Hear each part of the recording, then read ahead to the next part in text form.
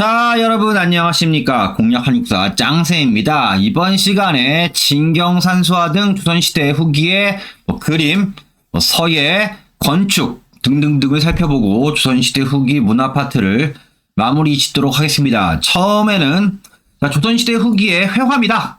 그림 문제가 역대 쭉 나오는데요. 가장 출제 빈도가 높은 곳은 조선시대 후기 그림입니다. 보시면 시기별로 나눠볼 수가 있어요. 그래서 18세기 전반의 진경산수화, 실제로 직접 보고 그린 그림입니다. 자, 다음에 이건 풍경화고요. 18세기 후반에 풍속화입니다. 이거는 농민이나 장인, 김홍도의 그림이나 아니면 양반이나 부녀자의 그림, 신윤복의 그림 해서 이것도 역시 있는 그대로 보고 그린 그림이죠. 자, 다음에 18세기 말에는 서양화 기법이다. 서양화 기법이 이제 르네상스 시대 이후에 원근법, 명안법 이런 것들이 들어와요. 근데 중요한 건 뭐냐면 서양식 물감으로 그리는 서양화가 아니고요. 동양화인데 원근법과 명안법 등이 뭡니까? 표현 기법만 그래요. 동양화인데 이런 걸 썼다. 그래서 뭡니까? 이건 뭐야? 실학의 영향을 받아요. 그래서 18세기 때 이걸 실학적 화풍이라 합니다. 자, 그러다가 19세기 때 세도정치하고 실학적 화풍이 퇴보합니다. 퇴보하고 다시 옛날 방식, 복고풍의 문인화로 돌아갑니다. 자, 그래서 김정희의 세안도나 장승업의 군마도 등이 있어요. 그래서 이런 것들을 뭡니까? 비교 대비하는 문제를 시험 문제에 많이 냅니다. 자, 그럼 보시면 조선시대 후기의 새 경향이다. 자, 조선시대 후기 그림에서 가장 두드러진 경향은 진경산수화와 풍속화 유행입니다. 이 시험에 당연히 많이 언급이 되고요. 그래서 진경산수화 우리가 지난 시간에도 조선시대에 유행했다고 문제를 풀어본 적이 있습니다. 자, 변화 양상 보시면 읽어보시면 돼요. 전기, 중국의 화풍을 바탕으로 한국적 특색을 나타내었다면 후기에는 더욱 뚜렷하게 자의식을 바탕으로 우리의 자연을 직접 눈으로 보고 사실적으로 그리는 거예요. 자, 그러면 조선시대 전기의 대표적 그림이 안견의 몽유도원도라는 그림이 있어요. 몽유도원도는 꿈 그림이지. 근데 후기의 그림은 실제 있는 풍경이에요. 그래서 진경산수화입니다. 자, 배경은 17세기 때부터 우리 문화에 대한 자부심이 높아졌고 이런 의식은 우리 고유의 정서와 자연을 표현하는 예술 운동이다. 그래서 진경산수화 18세기 전반입니다. 요 얘기죠. 자, 진경산수화는 100% 오리지널은 아니고요. 뭡니까? 문화는 서로 영향을 주고받아요. 중국의 남종과 북종화법을 고루 수용해서 우리의 고유한 자연과 풍속에 맞춘 새로운 화법으로 뭡니까? 이 자주적인 내용이 좀 들어간 거예요. 창안한 것이다. 자, 그래서 외래 문화를 수용하되 우리가 좀 더 주체적으로 우리식으로 좀 더 발전시켰다. 이렇게 이해하시면 되고요. 자, 의인은 우리의 자연을 사실적으로 그렸다. 회화에 토착합니다. 자, 정선입니다. 이 시기에 진경산수화를 개척한 화가로 18세기 전반에 호각 겸재죠. 겸재 정선입니다. 활약했다. 서울 근교의 명승지를 두루 답사해서 그걸 사실적으로 그려냈고요. 대표작이 인왕제색도와 금강전도, 이 그림의 모양, 그 다음에 이 그림 이름 알아두셔야 됩니다. 시험 문제 많이 나와요. 자, 바위산은 선으로 묘사하고 흑산은 무구로 묘사해서 산수와의 새로운 경지였다. 인왕지색도 같은 거 그릴 경우 뭡니까? 연습 같은 거에서 뭡니까? 만장을 그렸다는 등 이런 식의 이야기까지 전해내려오고 있습니다. 자, 풍속화입니다. 18세기 후반이다. 자, 당시 사람들의 생활 정경과 일상적 모습을 생동감 있게 그려내어 회화의 폭을 확대합니다. 자, 김홍도입니다. 자, 산수와 기록화 신선도에서 다양한 그림을 그려요. 초상화 등등등 그리지만 유명한 건 풍속화예요. 정감 어린 풍속화를 그린 것으로 유명합니다. 자, 주요 소재는 밭갈이, 추수, 씨름, 서당 등에서 자신의 일에 몰두하는 사람들의 특징, 소탈하고 익살스럽게 묘사합니다. 그래서 이런 그림에서 18세기 후반의 활기찬 사회 모습을 살필 수 있는데요. 대체로 김홍도는 소재가 서민이에요. 서민을 그렸다면 신윤복입니다. 자, 같은 시대 인물이고요. 그러니까 한 세대 김홍도가 좀 더 나이가 많습니다. 스승과 제자뻘 정도의 나이 차이가 있어요. 자, 신윤복은 김홍도의 버금가는 풍속화가입니다. 그래서 주로 그린 건 뭐냐면 양반과 부녀자들의 생활과 유흥이다. 그래서 남녀 사이의 애정들, 감각적, 해학적 묘사에 대해서 뭡니까? 뭘 묻는 문제? 자, 김홍도랑 신윤복을 비교하는 문제를 낼 수 있어요. 그래서 보시면 이 김홍도의 경우에는 뭡니까? 그림의 배경이 없고 사람의 묘사를 합니다. 사람이 좀 더 집중적이라면 신윤복의 경우 어때요? 사람과 배경을 다 정교하게 그리죠. 그래서 김홍도가 대체로 서민층, 신윤복이 양반 부여자 이렇게 됩니다. 요걸 대비하는 문제. 그래서 요게 정리가 돼 있어요. 김홍도와 신윤복 뭡니까? 대비한 내용이 있으니까 보시면 뭡니까? 그게 어렵지 않습니다. 자, 서영화폭이다. 강세왕은 원근법 사용하는 등 서영화 기법에 열받아 영통골 입구도 등을 실감나게 묘사했다 해서 서영화 기법, 이게 영통골 입구도예요. 자, 그러다가 19세기입니다. 19세기 들어 김정희의 세안도입니다. 자, 문인화의 유행으로 실학적 화풍의 진경산수와 풍속한 침체되었다가 나중에 구한말 개화기 때 새로운 모습으로 다시 등장했어요. 그래서 19세기 때 복고풍의 문인화가 유행합니다. 자, 장승업의 군마도 시험 문제 많이 나옵니다.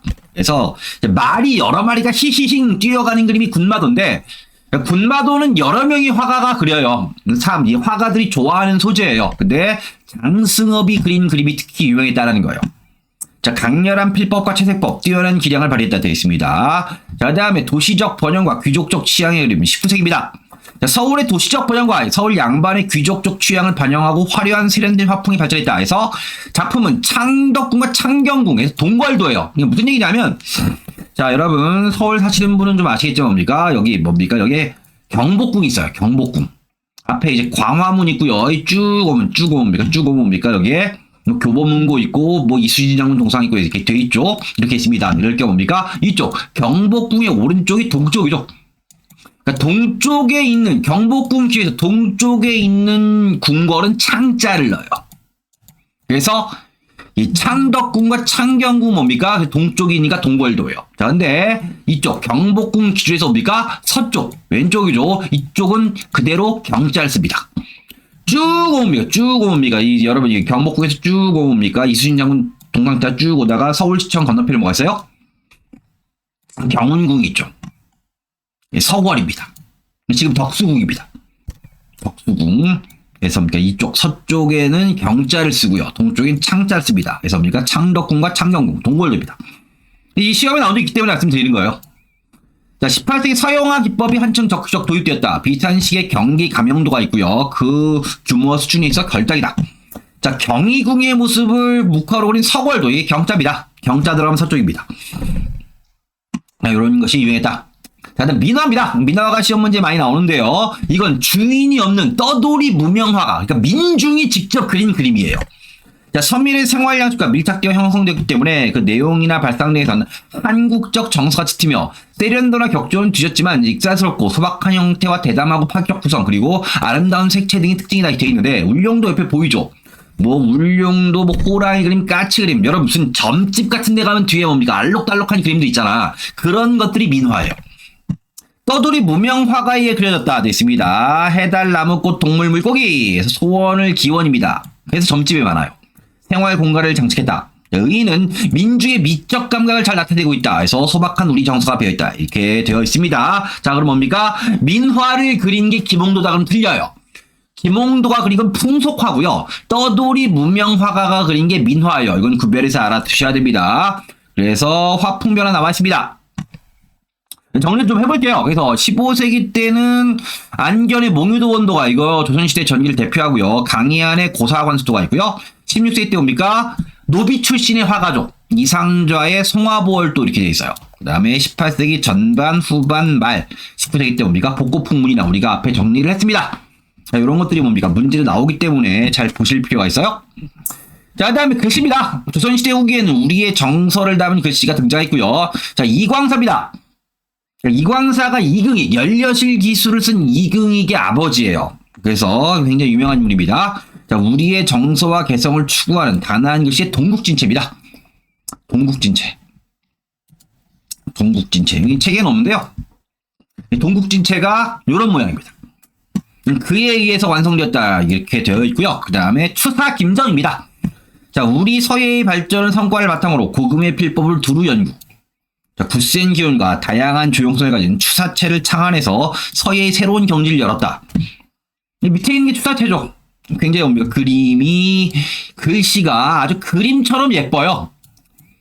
주로 이런 거 뭡니까? 이런 식 예술적인, 그림같이 이쁜 글씨는 주로 어떤 거야? 이렇게 현판 같은 거 쓸 때 쓰는 거죠. 예술적인 글씨입니다. 뭐, 이 추사체. 이 실용적인 것이는 아닌 거예요. 무슨 얘기냐면, 뭐, 이런 걸로 상소문을 쓰라고 뭡니까? 뭐, 천자, 이천자 쓰면 뭡니까? 쓰다가 뻗겠지. 이 예술적인 것입니다. 그래서 추사체. 추사체 봐도 예쁘죠? 자, 이런 것들이 조선시대 후기의 문화인데요. 뭐, 근데 이런 것들은 뭡니까? 조선시대 후기 문화지만 양반 중심 문화죠. 지난 시간에 이것도 말씀을 드렸습니다. 자, 건축입니다. 조선시대 후기 건축. 자, 조선시대 후기에 불교가 신앙의 자리를 어느 정도 차지합니다. 민간 부문에서는 여전히 자리가 있죠. 정치, 경제적 변화가 나타나면서 건축의 새로운 변화가 나타났고요. 특징은 양반과 새롭게 부상하고 있는 분홍과 상공업계층이 지원 아래 많은 사원이 세워졌고요. 정치적 필요성에 의해서 대규모 건축물들이 세워지기도 합니다. 그래서 요건 좀 정리해 보시면 이렇습니다. 시기랑 요게 좀 달라요. 지원층이. 그래서 보시면 여기 책 본문에 있는 건데요. 좀 정리하면 이렇습니다. 17세기 때 지주가 지원한 거예요. 기존의 양반 지주가 지원한 게 화엄사, 각황전, 금산사, 미륵전, 법주사, 팔상전이고요. 이거는 뭐 여러분 앞 글자를 따시고 뭔가를 반드시 외우셔야 돼요. 시험 문제 자주 나옵니다. 이거 뭐 고려시대 때 건축물 이런 거 있지 않습니까? 뭐 부석사, 무량수전 이거 섞어서 내는 것들이 요 건물입니다. 자, 다음에 18세기 때 분홍과 상공인 지원입니다. 그래서 논산 쌍계사, 부안 계암사, 안성 성남사가 있는데, 자, 그럼 시험 문제 나올 만한 건 뭐냐면, 이게 시기랑 요 지원 누가 있냐? 그래서 뭡니까? 화엄사, 각황전 이런 것들 뭡니까? 분홍과 상공인이 이렇게 지원했다. 그러면 뭡니까? 틀려요. 아닌 거죠. 요걸 구별하는 문제를 많이 냅니다.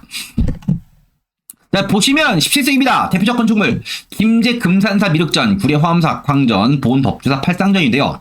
가장 출제가 높은 건 팔상전입니다. 자, 여러분 보시면 뭡니까? 목탑 같은 모양이죠. 그래서 층층층층 이렇게 올라간데 뭡니까? 안에 들어가서 보면 뭡니까? 천장까지 뚫려 있어요. 나눠져 있지 않습니다. 근데 요거 시험 문제 많이 내요. 방금 얘기했던 뭡니까? 요 디자인까지 얘기해서 뭡니까? 박스로 제시한 다음에 한 목탑의 모양이고 안에는 뭡니까? 천장같이 뚫려 있다. 어디냐 해서 뭡니까? 어느 시대냐 이렇게 문제를 내는 겁니다. 자, 큰 규모가 닫힌 건물입니다. 내부는 하나로 통하는 구조다. 방금 얘기한 내용이고요. 자, 불교의 사회지위 향상과 양반 지주예요. 경제 성장입니다. 그래서 지주, 양반 지주의 지원입니다. 18세기 자, 논산 쌍기사 부안기암사 안성 성남사에서 절만 나와 있고 건물은 나와 있지 않아요. 자, 새롭게 부상하고 있던 분홍과 상공업계층입니다. 요거예요. 자, 그들의 근거지에 장식성이 강한 많은 사원이 세워집니다. 그래서 이걸 섞어낼 때 구별할 수 있어야 됩니다. 자, 수원성입니다. 그래서 당치의 정치적 필요에 의해 축조되었다 해서입니까? 그래서 정치적 필요를 따로 보면 18세기 수원성입니다. 수원화성이죠. 화려한 성입니다. 수원화성. 자, 다음에 19세기의 경복궁입니다. 그러니까 선생님 경복궁은 조선시대 초에 만든 거 아닌가요? 맞는데 여러분 아시겠지만 임진왜란때 홀라당 타버렸지. 그거를 다시 만든 거. 지금 우리가 서울에 가서 뭡니까? 경복궁 구경하는 건 뭐야? 다시 만든 거예요. 대원군이. 그래서 이렇게 시험 나오는 겁니다. 자, 그래서 수원성 보시면 축조식이 18세기 때 정조 때 정약용이 설계한 거중기를 사용하는 등 자, 문화적 영향에서 정약용 거중기 섞어서 문제를 내요.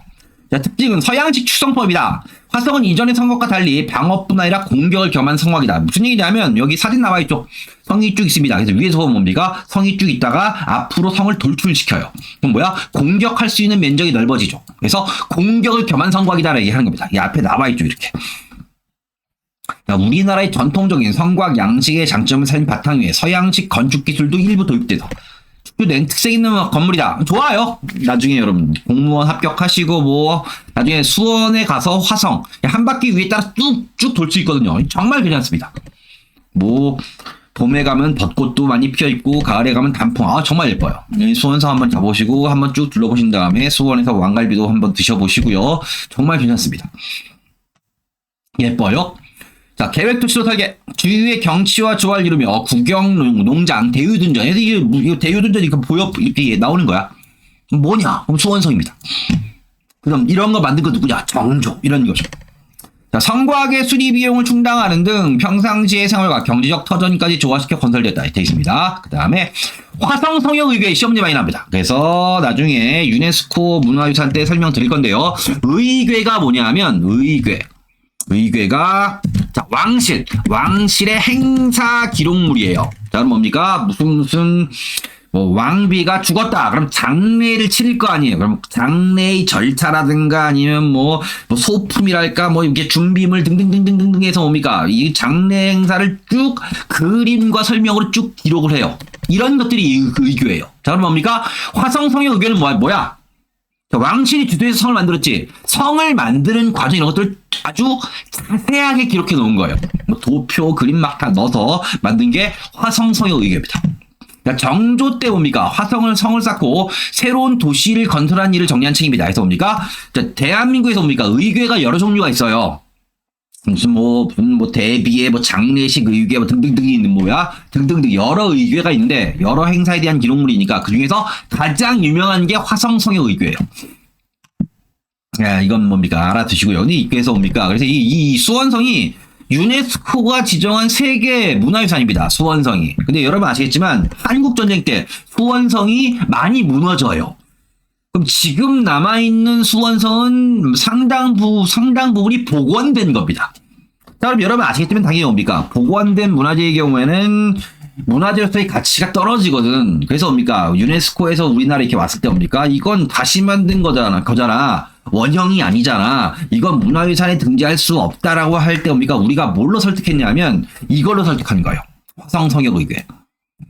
그러니까 특히 조선시대 때 양반 사대부가 뭡니까? 집권체의 경우 뭡니까? 기록에 정말 이제 마니아틱하게 기록하는데요. 뭐 농담 삼아 인터넷에 기록 덕후였다 이런 얘기까지 하죠. 이 화성성의 의궤는 뭡니까? 성문을 만드는데 성문에 어떤 모양이고 거기에 뭡니까? 무슨 프라모델 설계도처럼 뭡니까? 모스를 몇 개를 어디에 박았다는 것까지 아주 자세하게 그림으로 그려서 뭡니까? 기록을 한 거예요. 그래서 뭡니까? 원형 그대로 복원이 가능했던 겁니다. 근데 이걸 같이 보여준 거야. 그래서 뭡니까? 그게 임팩트가 너무 컸던 거예요. 우와! 보통 뭡니까? 서양의 건물의 경우는 이렇게 설계도가 자세하게 남아있지 않거든. 해체한 다음에 역돈으로 조립하는데 여기는 설계도가 너무 정확하니까 문화유산 한 사람이 이런 것도 처음 봤네? 이거 문짝에 못이 몇 개가 박혀있는 것까지 기록이 돼 있네? 하고 놀란 거예요. 그래서 뭡니까? 수원성이, 그래! 이걸 원형 그대로의 기법으로 만든 거니까 유네스코 지적 문화유산 이렇게 된 겁니다. 의궤랑 연결시켜 알았어요. 이 정도로 아주 자세하게 기록합니다. 여기 뭡니까? 거중기 모양 다 나와 있죠. 이렇게. 의궤입니다. 일반적인 내용입니다. 왕실 혼례, 장례, 궁중, 잔치, 국왕의 행차, 국가 행사에 대한 기록물입니다. 자, 준비 과정, 업무의 분장, 동원된 인원, 행사 유공자에 대한 포상입니다.